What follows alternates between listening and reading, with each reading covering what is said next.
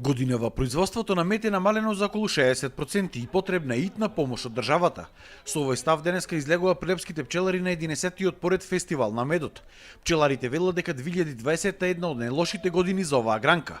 Главниот виновник го гледаат во климатските промени. Годинава количините на мед се многу мали, така да не знам колку ќе издржиме до наредната сезона со овие количини на мед, што значи дека може и цената да биде и нешто поголема. Од една пчелно семејство 5 до 6 килограми мед, а сме собирале по 18-20. Значи колкава е разликата. Пчеларите велат дека без државна помош, иако продолжат ваквите непогодни временски услови, постои голема опасност од драстично намалување на пчелните семејства.